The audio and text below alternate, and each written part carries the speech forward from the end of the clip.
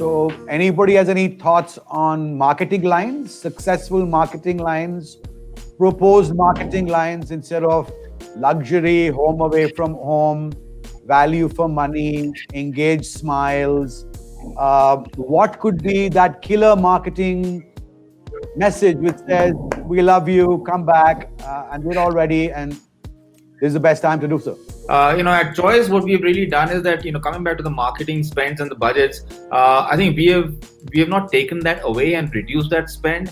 We have pretty much used that money towards increasing our district. Can you guys hear me? Because yes, we can. I'm getting a blank here. We have actually used that fund across towards. I know you're barring us to speak about the rewards program, but the whole marketing piece has to evolve around the rewards program. But that's a given. It's an easy CRM. I'm saying outside of those, what is the messaging? What's the distribution direction, vertical, new one to think of, partnerships to think of that you can work together with?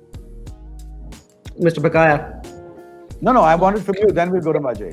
And then okay.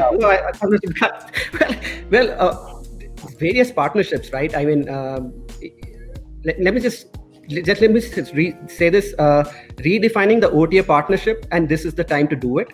And I can tell you that we've had some relative success. And what does that mean? That means direct cash in the pocket to the operator, and that's something that is tangible, doable, with immediate results. So that's what we've done at our end. Okay, Vilas, you're back. You can take over, then we jump into with Rahul. So, Vilas, can you hear me? Given that put that fund over there and not lose an opportunity, we have, in order to build efficiencies, we have actually realigned ourselves with the visa distribution, and we are using the help of the APAC team in Australia. So we're actually leveraging their expertise onto that on that side of distribution. We also have launched a commitment to clean, which is a worldwide campaign to ensure, give that to the guests that you're entering the safe premises, and we've implemented that in India. So we're strengthening what is already there in terms of distribution channels, but we're just making sure that we're actually strengthening those aspects to a higher level than what they would have been under normal circumstances. So, investing to, and we are actually going into, it's very difficult on a franchise operation to run revenue management. But we are introducing revenue management for our hotels also on that, and we're actually in the process of putting together a team. Okay, we've lost in. Rahul, jump in. Yeah, so just specifically, yesterday in one of my father's panel, owners panel yesterday, a question was asked in terms of what segment of hospitality does everyone see potential and scope, and what our global CFO, Mr. Parakshit Sen Gupta, mentioned was that we believe strongly that the wellness, leisure and wilderness business is where we see the most potential.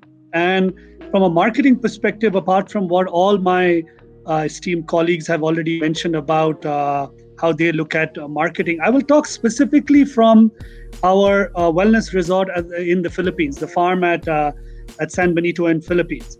The moment that COVID started, we converted our marketing strategy at the farm to also add a medical testing facility.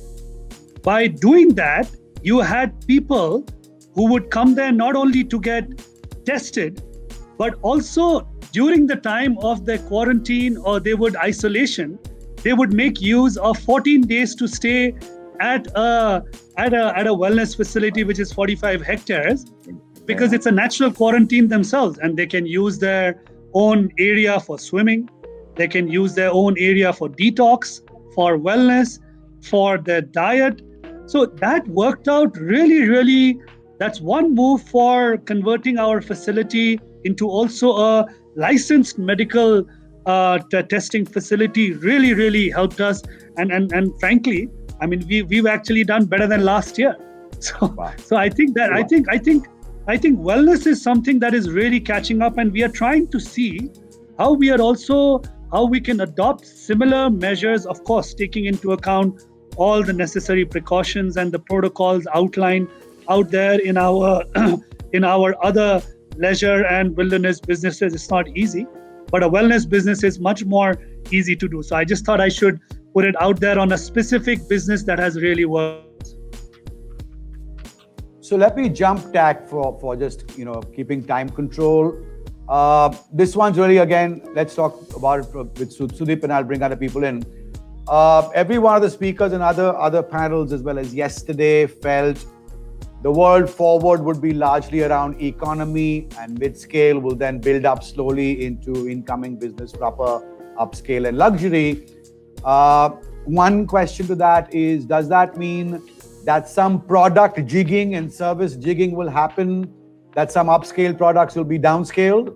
And how will that go with the customer? Is that a thought? Or no, it's worth bidding time for 2 years. It'll all come back into its major stacks that it did. Primarily because the upper upscale and luxury travel for international may not return for a long time. That's one part of the question. Sudeep, take that. For the others, keep in mind to say, amongst all these investments, do you see any investments along with the product play in, let's say, robotics and AI? And what are you looking at? And is it worth investing in? Will it bring in the return that you want? So Sudeep, go for it.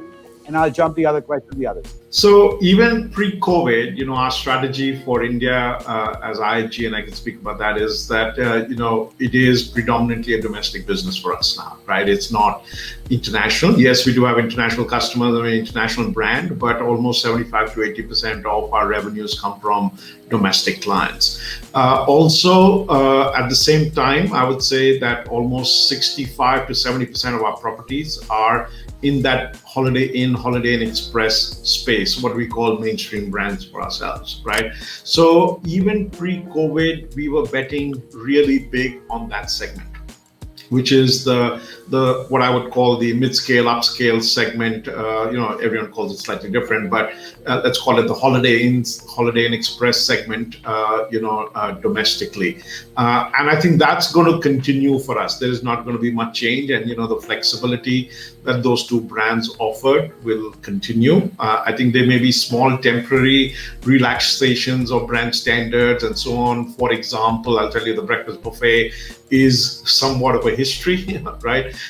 For some time, or at least the extensive one, but there were other elements because the brand stood for value and smart travel and technology focused, kids eat free, family oriented. Those are not going to really change for us. And I think even the growth engine in the future is going to remain in that segment, because all we've been hearing is, domestic travel first, international later, all localized. Even our resources are all primarily localized. We've amended some standards to become local. So I think that's going to continue. I don't see that going to change for us.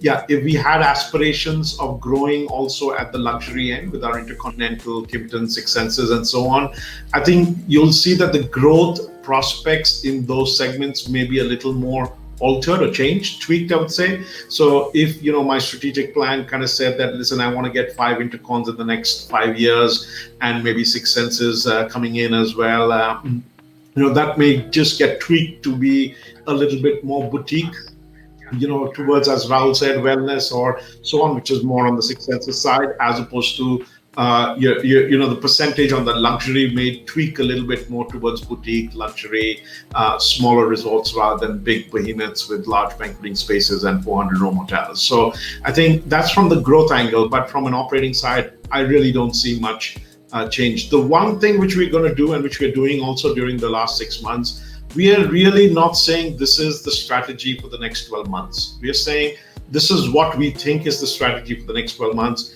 And we'll reevaluate that next month, right? Whether that means on revenue management, whether that means on costs, whether it means on sources of revenue, whether it means on alternative uses of the real estate.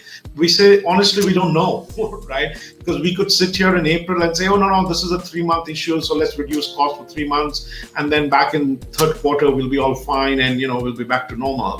The one fundamental belief we do have, and I think a lot of other people have alluded to it, is that the natural human tendency is to travel, right?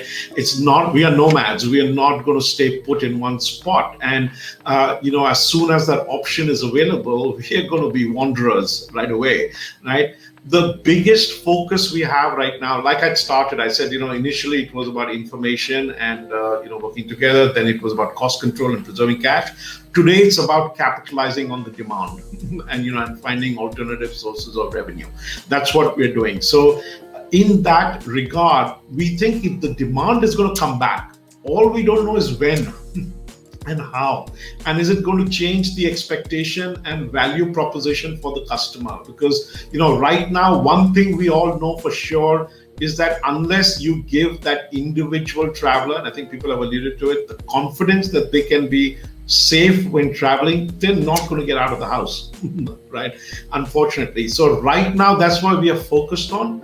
But as that evolves, and as I think Ratan, you rightly said to Bhuvnesh that, listen, you guys have a great role to play in it, to tell people that confidence, don't worry about it, trust us, we are taking full care of it. Once that confidence is returned, then we will switch to what is critical to them. And the next element we feel is breakfast, right? That is predominantly, no matter where someone travels, their expectation today is a big breakfast in a buffet. But that's not going to be, we're not going to be able to match the expectations, what they had pre-pandemic, given the regulations, requirements, cleanliness, safety, etc., right? So we have to rethink that and reimagine that and say, how do we still provide that customer the best experience for breakfast, but not do it in the same manner we were doing earlier? So, and I think especially in the economy budget space, that's very critical, because the levers you have to pull is a little less. Say, listen, if you're in luxury, instead of giving 5 types of cheeses, you can reduce it to 3. But when you only give 2 or only give 1, what are you going to do, right? So I think that's where we have to get creative about what we're doing. And to me, the biggest thing also is it's not just the expectations of the customer, it's also the expectation of the service provider, right? The person who was providing the service was used to a certain level of service which he or she was providing, which is our employees and colleagues, right? And their delivery has to change. It's going to be a smile. You've heard all the terms, smile behind the mask, etc. But it's just not that. Today, if there is going to be no buffet, you may need to be a little bit more courteous, or, I guess, listening about what the service is required, or your in-room dining experience may have to be slightly different than what it was, or, you may have to stagger people when the occupancy of the hotel may be slightly higher, or if people are quarantined and you're going to leave food outside their door, it's a different experience. So it's not just about how they deliver that experience, but inevitably in the short run, there are going to be problems, right? Guests are going to complain. So it's equally important to train that staff about problem resolution, because they may not have had to face that in the past. So what we are doing is we are anticipating that to ensure what is the customer corridor, what are the potential pitfalls which are going to be different than what we are or were used to.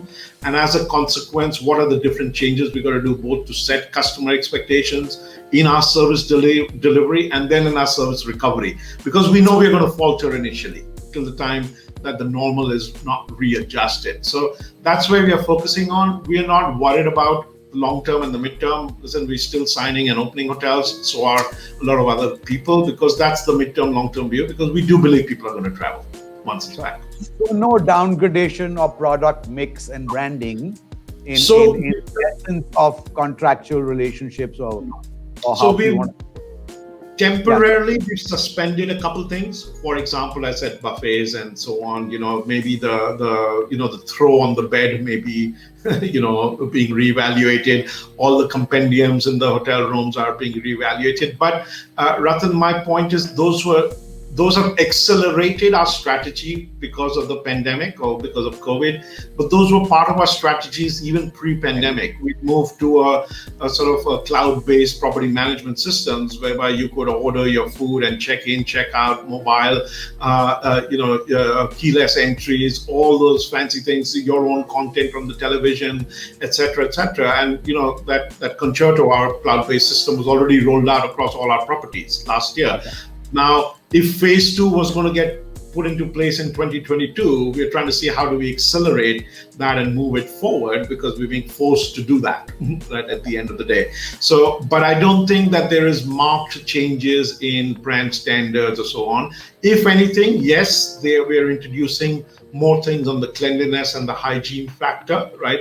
And not in terms of standards, it's more about the audit and the verifications and so on, which is critical, because we're saying we need this to be part of the culture within every associate at the hotels. It's not a temporary measure that, cleanliness is really important, I'm going to sanitize and I'm going to maintain social distance. We think this may be the new norm later. So let's just get this all into the mindset right away. That's kind of the approach we're taking. Okay, so Ajay seems to have a time constraint. Now, Bhuvi has been mentioning, saying there are some questions. Bhuvnesh, why don't you pick up a few questions that you can address, particularly where Ajay is concerned? I've seeing the list on the screen, and we'll jump back in. I will start take the lead, if I may. There are 5 or 6 questions, in fact 7. Do we start with you, Ratan? Do we start with Ajay? Well, let me come in. He has a time constraint, so why don't you hit him with the pugilist first? I can't hit him. But Samir and Ajay, there's a question for you. Solid domestic brands, one with deep pockets, balance, asset light and heavy approach. Heavy is Samir, obviously, for you, right? How will you tide off the pushback if this goes on for another 18 to 24 months? So there are some very specific things we are looking at. Am I audible, guys? Yes, you are. Yes. Okay. One is converting revenue and non-revenue spaces in hotels into office, rentable office space. That's one angle. Can we bring in revenues from streams that were not otherwise available to hotels? It's straightforward, plug and play. There are no deposits, no advance rentals to give, and you can rent out for a week, for 15 days, for a month, for a year, whatever you wish to. So that's one area. The second space we are getting into, we are very aware of the fact that over the last 10 or 15 years, independent restaurant players have done a much better job than most hotel companies in running restaurants.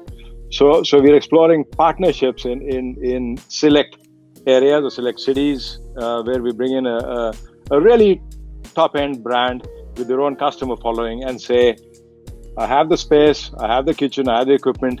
You can take over my team or bring in your own, and let's work on a profit share partnership.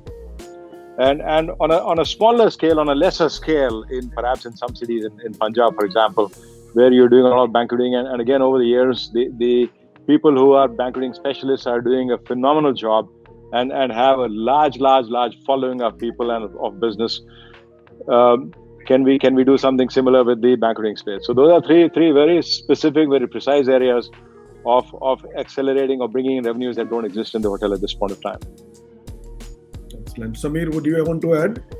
Yeah, I think Mr. Vakka has covered most of it as always. But I would say that I think today the biggest challenge for hoteliers is forecasting, right? So if you ask me this question, how will you deal with it if it goes in for 12 to 24 months? Yes, absolutely. I think we are all faced with the same challenge. Is it going to last for 3 months? Is it going to last for 12 months?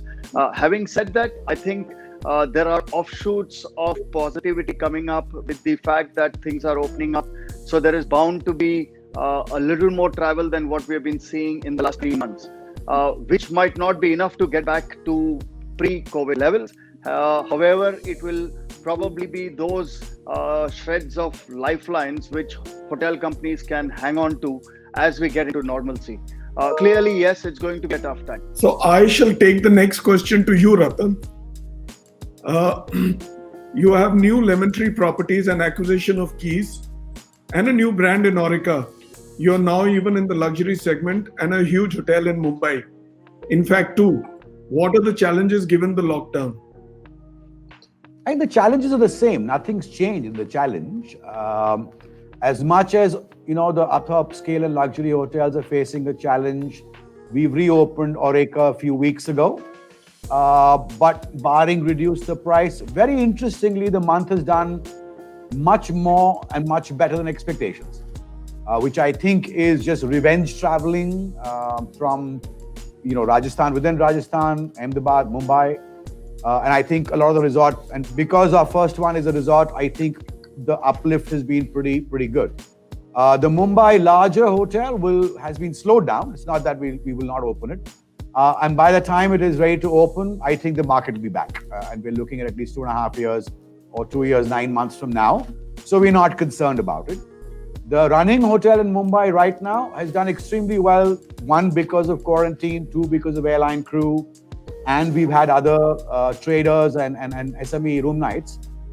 So has it done the average rates that we expected it to do? No. But has it done good cash flows? Yes. And I think Mumbai, barring this problem of containment zones, etc., is a place that will bounce back any which way. And we're not so worried about the business. Which is true of the other cities as well. Whatever. So has it done the average rates that we expected it to do? No. But has it done good cash flows? Somebody will have to switch off their Facebook. Problem of containment. Kindly mute. If all the other speakers mute, please. Because somebody is their Facebook. Vilas, that's you. Vilas, you have to mute. Yeah, can I go on? Mute, So I guess that's really, so I'm not so concerned about the Aureka Udaipur, right? And we're getting, interestingly, wedding queries. And now that we're hearing that the government may allow, weddings or social functions above 100 people, I'm sure other states will follow in, particularly for the open spaces. Because we've got one unique property, I think we'll build it up. The issue will be where that is part of the brand play generally, and therefore how many such travelers are available for everybody, multi-location and multi-brand type. So we're not so concerned about the new one as well as the Mumbai ones. I think when the border traffic, etc., improves, like the Goa announcement yesterday, it will get better, but it will be slow. It will be excruciatingly slow, but that's the reality. 134 hotels in 12 different countries with over 8,000 keys, and approximately 30% to 35% of those properties are either owned or in a joint venture. And how many in pipeline? Well, we are going by the past few years, we were adding almost 20 hotels a year. And that's a combination of pure operating assets plus invested assets. So that's a fairly large portfolio to have. And you've got these 2 wonderful acquisitions in Kenya. Yes. We actually acquired these assets on 16th of March. Interestingly, just while you're on that subject, yesterday Sanjay Sethi asked a very interesting question again, that do you guys feel you are in the survival, revival, or thrival? I mean, although that may not be a word, which is what he said, or growth. To me, I think we are in survival, revival, and growth mode. Because survival, obviously, we all know we are going through that phase of most of our assets to see how we can still stay afloat. In terms of revival, as I mentioned to you, a specific example of our wellness resort, The Farm. I think we are reviving and coming back. In terms of thrival or growth, I look at this time as a huge opportunity for buying distressed assets. And I think the situation is only going to get worse in the 4th quarter of this year and 1st quarter of next year. We have our eyes and ears open. I mean, if you see our 2 decades of history of having created this portfolio of 134 hotels, we've predominantly done that on the backdrop of buying distressed assets. Right from our first acquisition of the 3 hotels together with IHCL in Sri Lanka and Maldives. And I think Africa was also a similar story. And we are continuing to look at more opportunities. We will continue doing so because I believe that we all, on the one hand, we are working towards surviving and taking our businesses up. But on the other hand, I would urge you to conserve capital, to also allocate towards assets that are probably in the future going to give you multiple more cash flows than what you are seeing at the moment. So tell me, if I was to split your portfolio in the Indian subcontinent, how many in Nepal, India, Bhutan, Maldives, Sri Lanka? I don't know whether you have any in Bangladesh. I think you have 2. Actually, we had one, but was taken over by the government. Yeah. So tell us the split. Well, in India, we have predominantly our operating assets with Fern, Beacon, and Zinc. We are proud to also say that we just recently opened the Zinc first property in Bangalore last week. So we have about 75 hotels that are operating in India, with another 25 hotels that would have opened this year, but I think that will go into next year. Nepal, we have about 5 hotels. Maldives, we have 2. Bhutan, we have 1 under development. Sri Lanka, we have about 14 hotels there. And yes, that is the split of all our hotels in these markets. So we have 4 safari lodges in India as well, by the way. Yes, that was going to be, you spoke about my one question about distressed hotels. I'm sure you're looking at more, and I wanted to ask you about the Taj safaris. I've stayed at your Taj Megholi Sarai, which is out of the world. Thank you. Thank you, Rahul. Now, I have another question which goes to Shudip. Shudip, multi-brand and large international player that IHG is, you lean 100% on the franchise model. How are you going to wriggle out of this tight spot? So I think that may be for Nikhil, I guess, because we are more on a management model. That's what typically the management model. So we are almost exclusively on the management model as much as a lot of the other panelists, right? I think, the choice of word wiggling out of it, I think maybe a little inappropriate at the end of the day. I go back to what Ratan says. I treat that more like a partnership with the owners more than anything else. So as long as we are transparent and we give the confidence, just like the guests, to the owners, that we are in it together to, at the end of the day, win it and probably survive and revive and thrive out of it, to follow from Sanjay and Rahul. I think that's how we're going to work at it, which we've done, fortunately, fairly well over the last 6 to 8 months. The dynamic approach, which I would say that, listen, we didn't rush at IHG in India specifically to take knee-jerk reactions. We worked with the owners to say, this is what we're seeing for the next 3 months. Hence, we are recommending these actions. And then we revised that every month, because every property reforecasted the next 6 months, literally every month, and we took action, either on the positive or negative because of that. And I think at the end of the day, as long as you keep the owners aware of it and you know that you're working to their best interest at heart as well, it works. And of course, as I know Ajay left, at the same time in those conversations, you also have to say, listen, we as operators are also here to survive. At the end of the day, we also need you owners by our side to help us tide over these crises as well. So, it's a crisis for both of us. It's not just for one.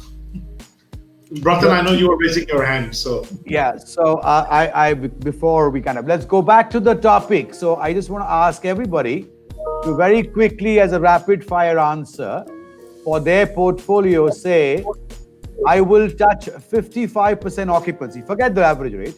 I will touch the 55%. And please have your, back-end panel, Bhuvanesh, write this down. You can circulate it. I see 55% occupancy as an average and mounting up from there in the next dash months. So anybody can start and say, that's my answer, because that's how steep or not so steep is the climb. It's all recorded. Sorry? 4 months. Vilas 4 says months. March. Is it March or before March? January? Jan to March. No, I would say by March. By March, we would get that 55% occupancy. We're already seeing that in Europe and the US and Australia also. But India, I think, will get there by March. Whoever's right, Bhuvanesh is going to give you a 1-year, subscription onto everything that you read of their portfolio. You better be right. Okay, so Vilas says March. Nikhil? Jan to March, I agree with Vilas that India is slightly slower than the other markets. We are seeing 60% in other markets already, and we'll get there. The leisure first, of course, and corporates will be the lag. So we're already seeing SMEs travel across in this sub-region as well. Sudeep? So listen, at individual properties, I'm already probably at 55. As a portfolio, as a whole, for all of India, I would say probably 12 months.